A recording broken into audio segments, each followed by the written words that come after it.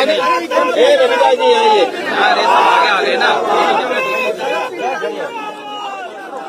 केवल इसलिए कि समाजवादियों ने मेट्रो बनाई है लखनऊ में, इसलिए उस मेट्रो को उतना ही ठीक किया जितना समाजवादी सरकार में काम हुआ। उसके आगे इस सरकार ने काम रोक दिया।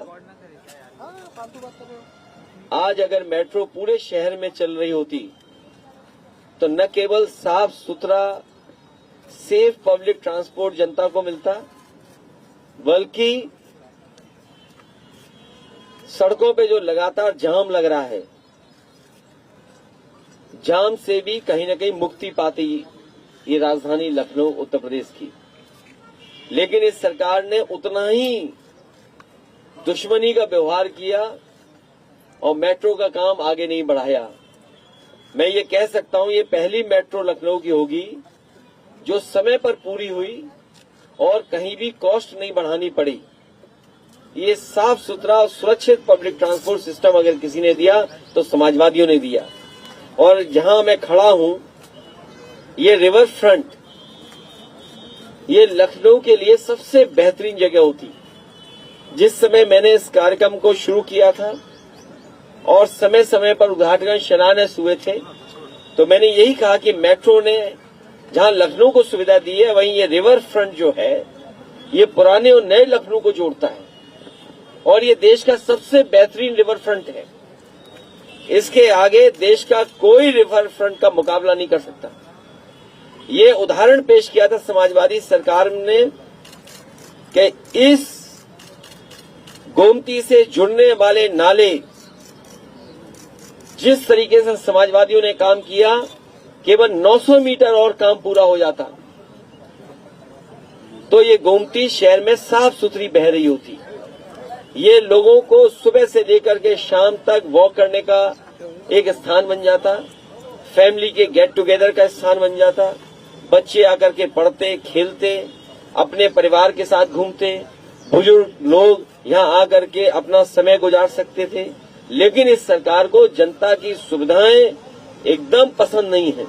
अगर कोई अच्छा काम है, उसको अगर खराब कराना चाहते हो तो भारतीय जनता पार्टी उस काम को खराब कर देगी।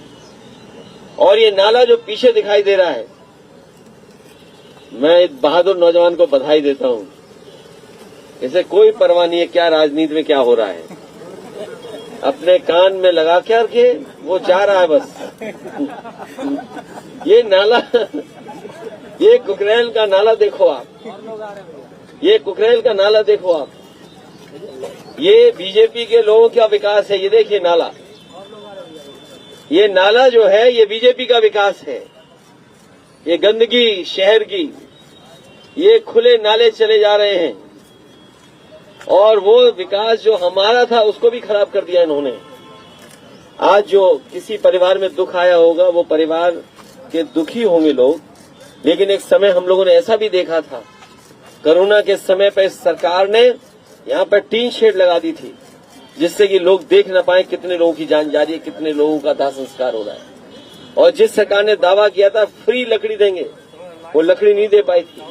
ये रिवर फ्रंट, ये आपकी मेट्रो, ये लखनऊ के विकास के और आगे ले जाते हैं। आज लखनऊ शहर में आईपीएल का मैच भी चल रहा है और वो ऐसा मैच है जो दुनिया देख रही है। बताओ, दुनिया को अगर कुछ देखने को मिल रहा है तो इकाना स्टेडियम में क्रिकेट देखने को मिल रही है। ये भी समाजवादियों की देन है। इसलिए केवल हम 3 काम गिना रहे हैं, 3 ही काम गिनाए मैंने।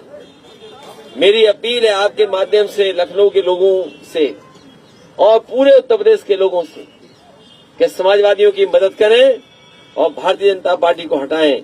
भारतीय जनता पार्टी ने केवल कूड़ा दिया है, भारतीय जनता पार्टी ने गंदगी दी है, नाले दिए हैं, हमारी नदियों को गंदा कर दिया और जो शहरों की सड़कें हैं उसमें जाम लगा दिया। पूरी ट्रैफिक व्यवस्था ध्वस्त है और शहरों में सांड घूम रहे हैं। इधर तो चुनाव में कुछ इन्होंने किया है, नहीं दिखाई दे रहे हैं, लेकिन मैंने गोरखपुर में सांड देखे सड़कों पर। जिस सड़क से गया उस सड़क पर सांड दिखाई दिए। इन्होंने पूरी ट्रैफिक व्यवस्था को सांड के हवाले कर दिया। इसलिए सरकार के खिलाफ मतदान करें और जहां कहीं भी समाजवादी पार्टी के लोग चुनाव लड़ रहे हैं उनको साइकिल चुनाव चिन्ह पे मदद करें। आज का संदेश यही है। ये जो ऊंची बिल्डिंग दिखाई दे रही है पानी के जहाज जैसी, इसके ऊपर जो गोल गोल दिखाई दे रहा है ये हेलीपैड है।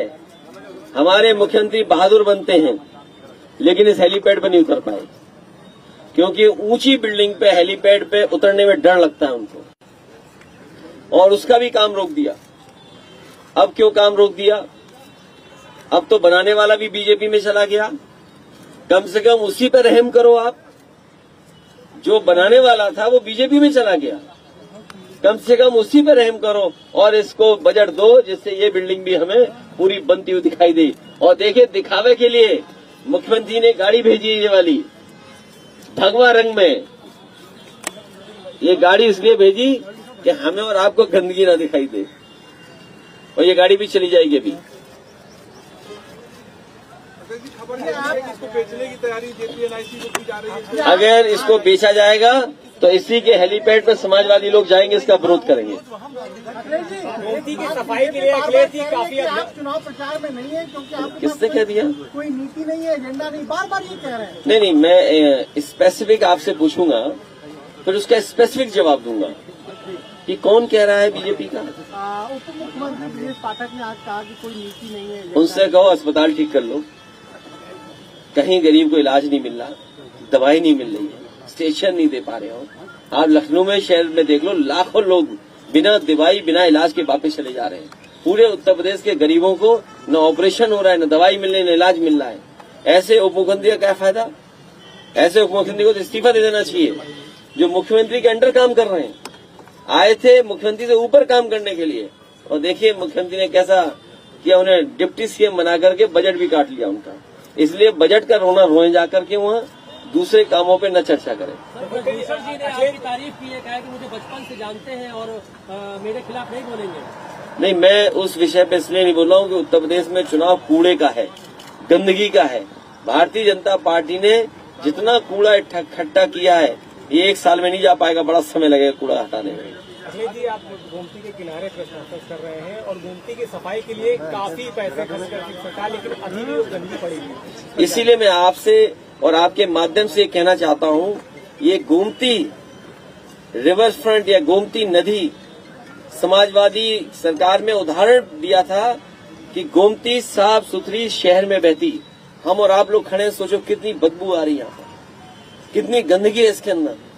ये तो समाजवादियों का विकास जो दिखाई देगा थोड़ा बहुत, जो पूरा रिवर फ्रंट बन जाता तो देश नहीं दुनिया में सबसे बेहतरीन रिवर फ्रंट होता।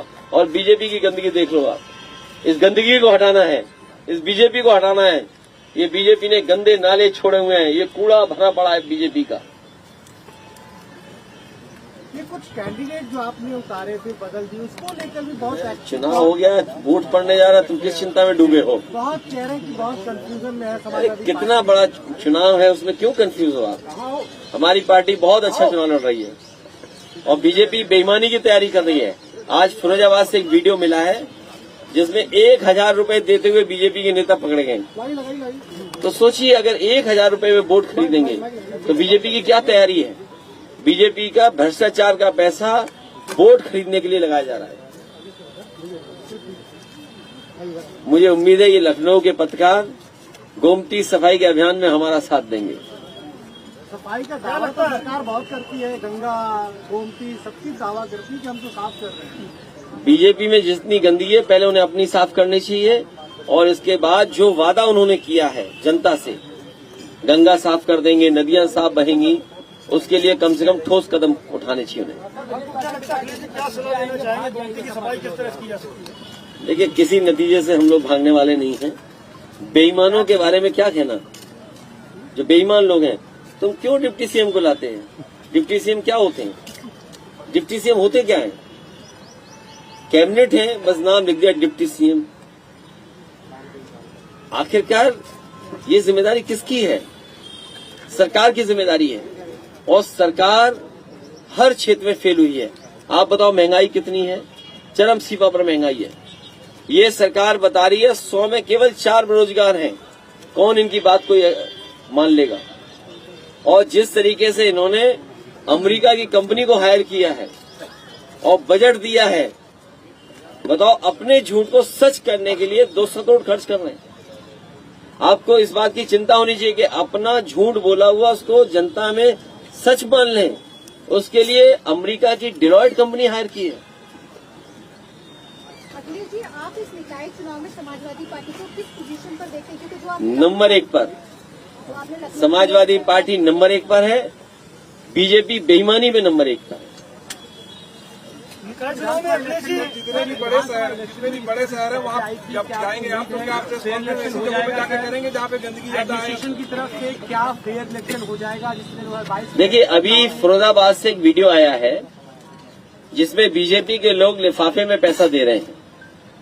अगर वोट पड़ने से पहले बीजेपी की ये हालत है तो सोचिए, जनता बीजेपी को हटाना चाहती है, लेकिन जिस तरीके से पूर्व में देखा गया है, शासन, प्रशासन, पैसा सब कुछ लगा करके भारतीय जनता पार्टी काम करती है।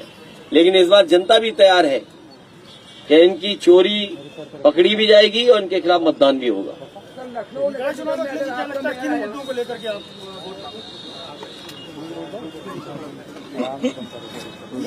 ये शाहजहांपुर में जो किया आपने कहा कि इनके पास कैंडिडेट नहीं है, ये उनका दिवालियापन है। भारतीय जनता पार्टी के कार्यकर्ता खुद दुखी हैं शाहजहांपुर के, और शाहजहांपुर के भारतीय जनता पार्टी के ही कार्यकर्ता नेता हो सकता है भारतीय जनता पार्टी के खिलाफ मतदान कर दें।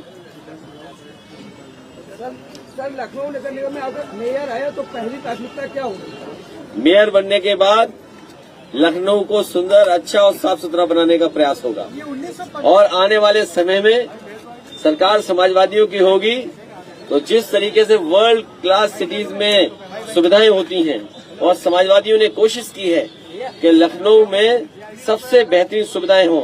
आप मेट्रो देख लीजिए, कैंसर इंस्टीट्यूट हॉस्पिटल देख लीजिए, एकाना स्टेडियम देख लीजिए, पूरी दुनिया मैच देख रही है। ये रिवर फ्रंट देख लीजिए, आप जब लैपटॉप बटा था उस समय का देख लीजिए, डायल 100 बिल्डिंग देख लीजिए। मंडी के लिए हम लोगों ने किसानों को सुविधा दी थी, किसान बाजार, वो भी इन्होंने बेच दिया। जेपीएनआईसी भी बेचने जा रहे हैं।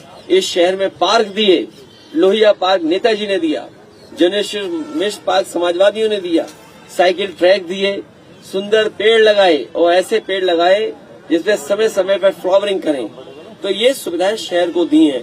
फ्री ई रिक्शा बांटे थे। इसलिए मैं कहना चाहता हूं, और जानबूझ करके लखनऊ के लोगों को संदेश देने के लिए, पूरे उत्तर प्रदेश के लोगों को ये बताने के लिए कि शहरों से लेकर के गांव तक अगर किसी ने विकास किया तो समाजवादियों ने विकास करके दिखाया। और जो भी काम समाजवादियों ने किया वो वर्ल्ड क्लास किया।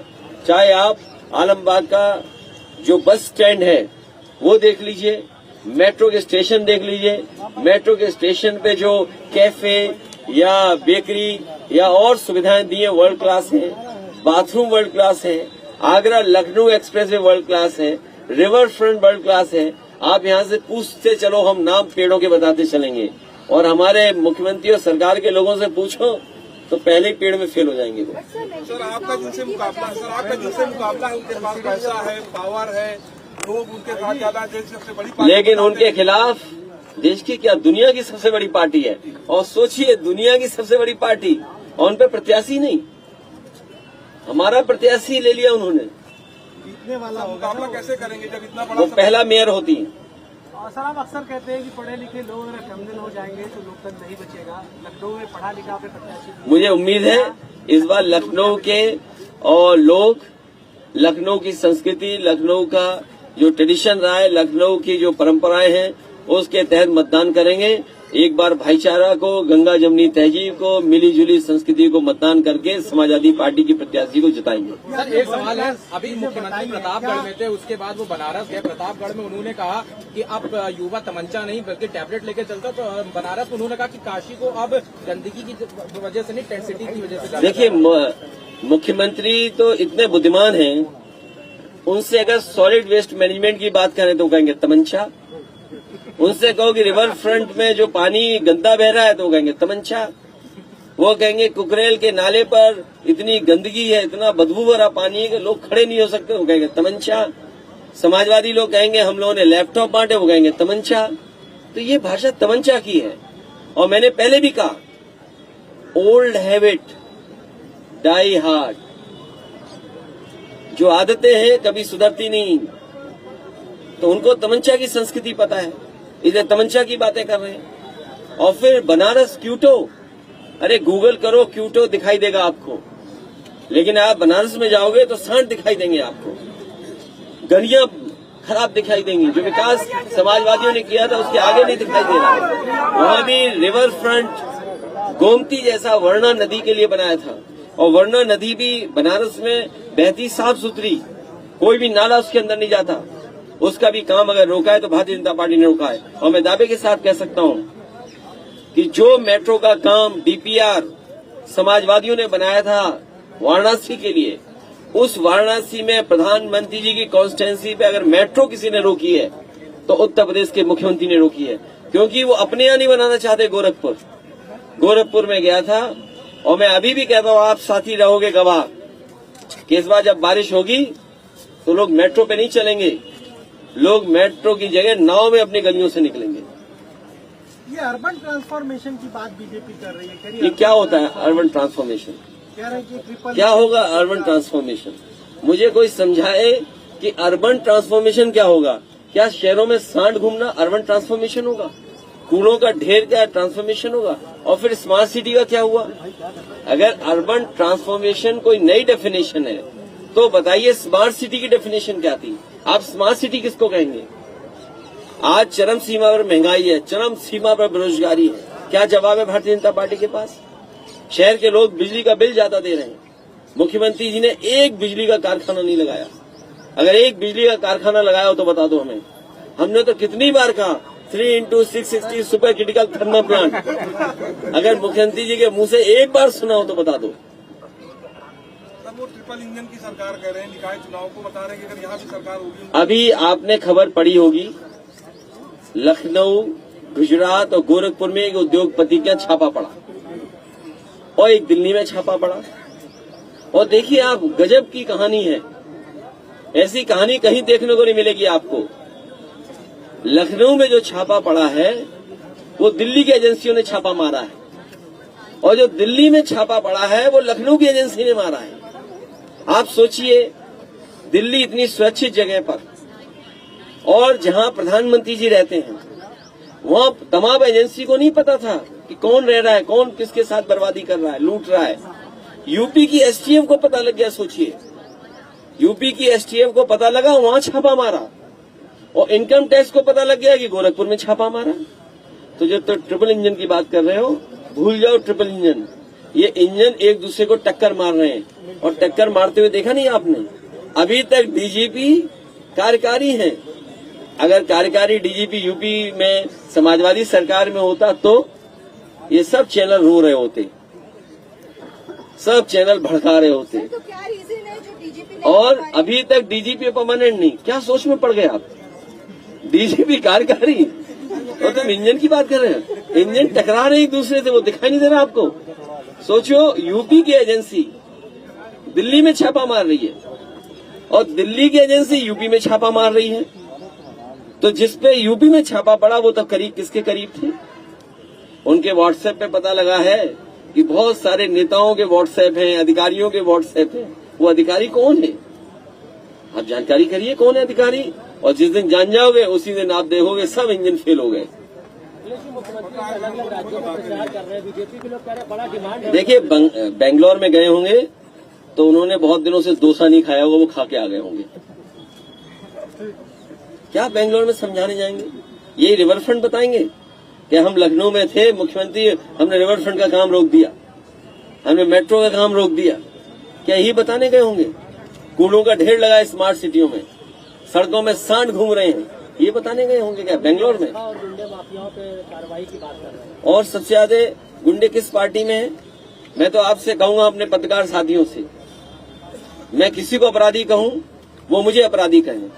मैं ये कहूं कि सबसे ज्यादा बीजेपी में अपराधी हैं, बीजेपी में माफिया हैं, बीजेपी में गुंडे हैं। बीजेपी हमसे कहते हैं कि आप लोग ऐसे हैं, आप लोग ऐसे हैं। तो अब जिम्मेदारी आपकी है, आप बताइए सबसे ज्यादा अपराधी किस दल में है? ये जिम्मेदारी अब आपकी बनती है।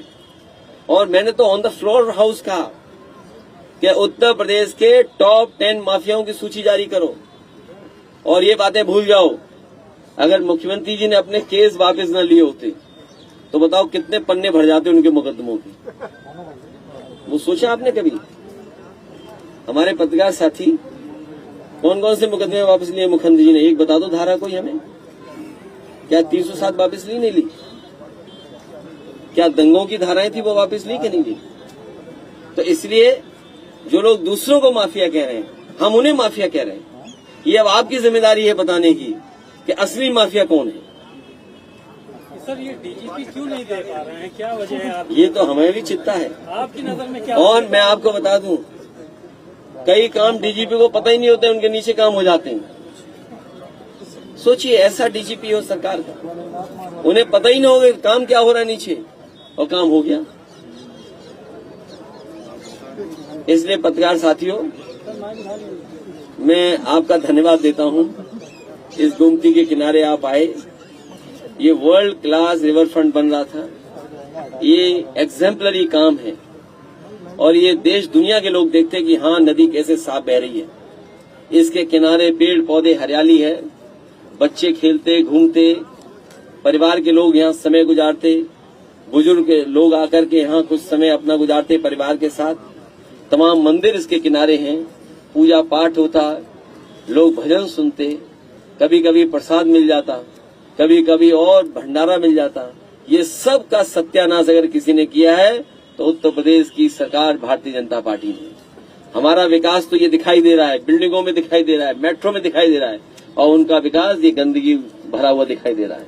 ये देखो कितनी गंदगी है। ये हमारा विकास वो ऊंचाई छू रहा है, देखिए आप, ऊंचा दूर तक दिखाई देगा आपको, और तख्तियों पे दिखाई दे रहा है। अगर सपा की सरकार आ जाती है नगर निगम में, तो कितने दिन में गोमती को हम माने कि ये साफ हो जाए? गोमती नहीं, बीजेपी साफ हो जाएगी। क्या बात, छोटा काम बताते हो आप, क्या छोटा काम बताते हो? बीजेपी साफ हो जाएगी, क्या बात कर रहे हो? अरे जिसने गोमती गंदगी करी उसका नाम नहीं ले पाओगे आप। और मैं ये दावा कर सकता हूँ कि हमारे ईमानदार साथी हैं, ये नहीं कह सकते कि किसने गोमती को गंदा किया है।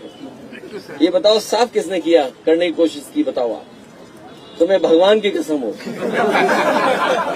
तुम्हें मंदिर भगवान के खाटू श्याम की कसम हो, तुम्हें अगर चुप भी रहे तब भी तुम्हें बुरा पड़े, तुम्हारा पाप पड़े। बताओ किसने कोशिश की साफ करने की?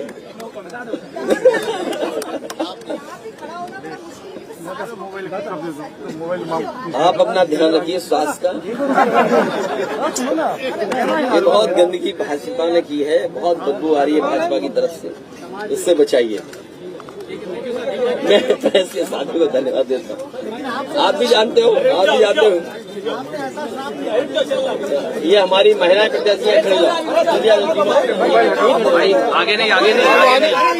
रविता जी आइए, आगे ना।